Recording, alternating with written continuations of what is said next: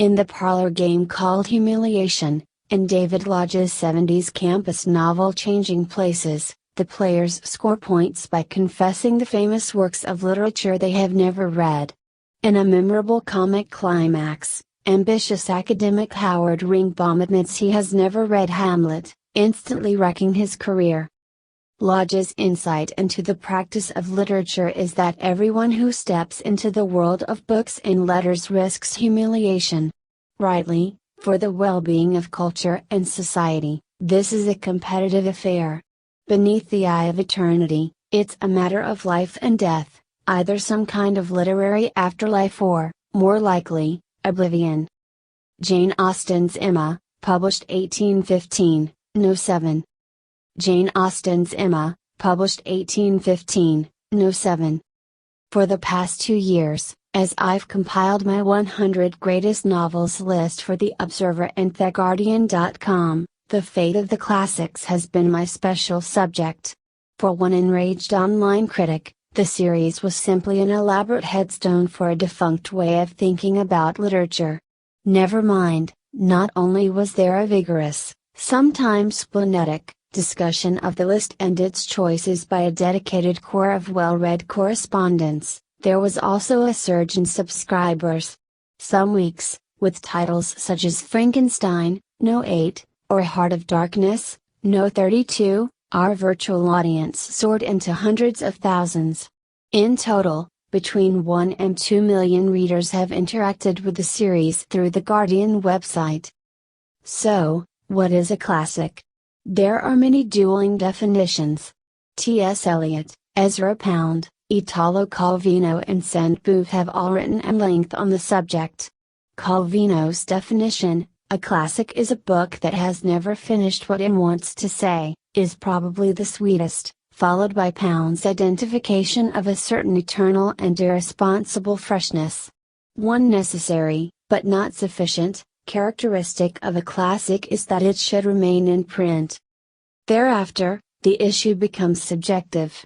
Classics, for some, are books we know we should have read, but have not.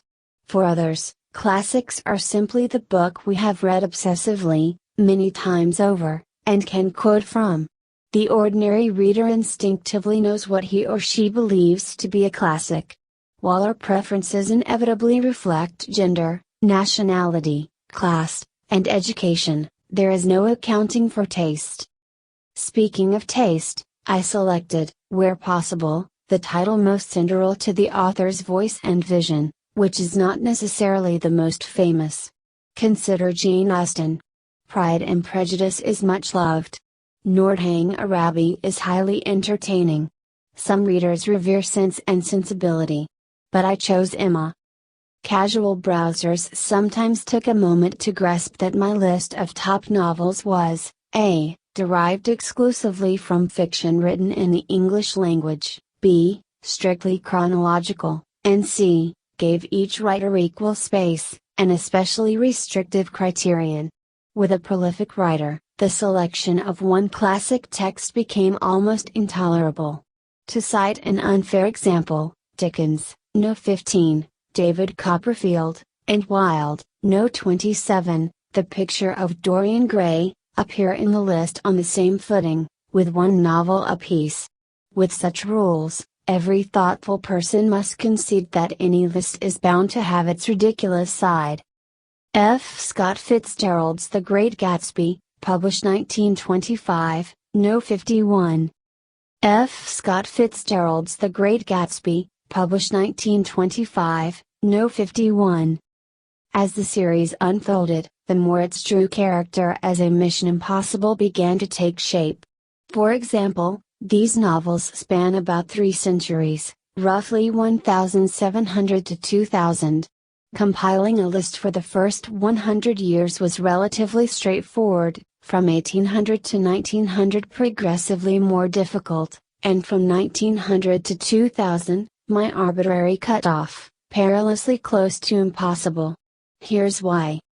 In the century that witnessed the making of the English novel, the genre was almost exclusively the work of upper or middle-class English writers, predominantly male, and often with private means, living in the British Isles. Their novels were addressed to an elite minority, and expressed the concerns of a particular society. At this distance, in a way that's quite unthinkable in our own time, a decade, sometimes more than a decade, in which only one novel of classic status appears looks less like a literary crisis than an assertion of good taste. Between the life and opinions of Tristram Shandy, Gentleman, 1759, and Emma, 1815, I did not choose a single competitive title. After 1818, another creative hiatus, then the Victorian novel roars into view, with a newly independent America in the picture for the first time. Now, judging the relative merits of 19th century fiction, a once simple set of choices became exceedingly awkward.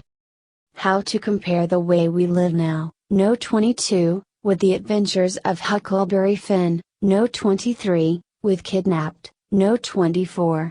Was it right to exclude Uncle Tom's Cabin, hugely popular and influential, in favor of Little Women, also best-selling? It was essential to acknowledge the emerging American literary tradition, but who trumps whom? Wilkie Collins, The Moonstone, was in, but James Fenimore Cooper, The Last of the Mohicans, did not make the cut. Was there a transatlantic bias? As Man Booker Prize judges will know, this issue does not go away. George Eliot's Middlemarch, published 1871-72, No. 21. George Eliot's Middlemarch, published 1871-72, No. 21. Then along comes modernism. Long before Conrad, Lawrence, and Joyce, the authors and publishers of the three-decker novel were in trouble. Some just gave up. Others found new kinds of employment. In the 1920s, after the cataclysm of the